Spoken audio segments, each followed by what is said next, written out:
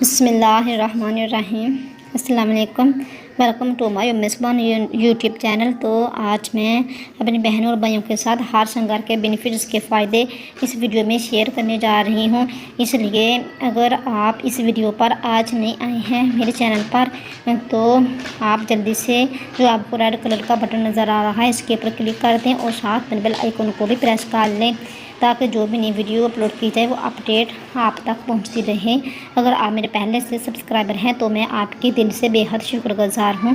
تو جو ہار شنگار ہیں اس کے بینیفٹ اور اس کے فائدے اور اس کے ڈفرینٹ نیم بھی آپ نوٹ فرما لیں۔ ہار شنگار کو بنگالی میں شیوالی، گجراتی میں پربوٹی، سنسکرت میں شیفال اور جو اس کا انگریزی نیم ہے انگلش نیم میں اس کو نائٹ جسمن کہتے ہیں۔ اس درخت کے پتے کھردرے، موٹے اور نوکیلے ہوتے ہیں اور ان پر چھوٹے چھوٹے بال سے ہوتے ہیں۔ پھول ننھے ننھے اور خوشبودار چنبیلی کی طرح کے ہوتے ہیں، لیکن اس کی جو پنکھڑیاں ہوتی ہیں سفید ہوتی ہیں اور نچلا نالی نما حصہ زردی مائل سرخ ہوتا ہے۔ اس حصے کو علیحدہ کر کے پانی میں ابال کر کپڑے رنگے جاتے ہیں۔ رنگ: پتے سبز، پھول سفید یعنی پتوں کا رنگ سبز ہوتا ہے۔ جو اس کے اوپر فلاور رکھتے ہیں فلاور کا کلر وائٹ ہوتا ہے۔ ڈنڈی جو اس کی ہوتی ہے وہ زردی مائل سرخ ہوتی ہے۔ ذائقہ بد مزہ ہوتا ہے لیکن جو مزاج ہے وہ سرد و خشک ہوتا ہے لیکن واز کے نزدیک گرم و خشک ہے۔ مقدار خوراک: 1 سے 2 ماشا تک ہم اس کو کسی بھی پرابلم کے طور پر استعمال کر سکتے ہیں۔ ہندوستان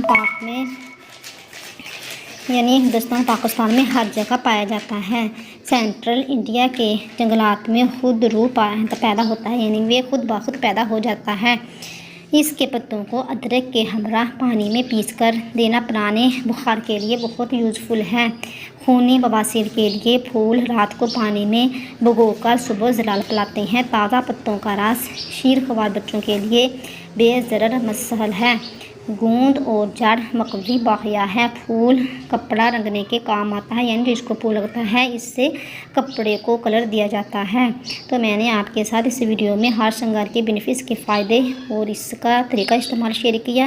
تو اگر آپ کو میری ویڈیو اچھی لگی تو میری ویڈیو کو جلد سے لائک کر دو۔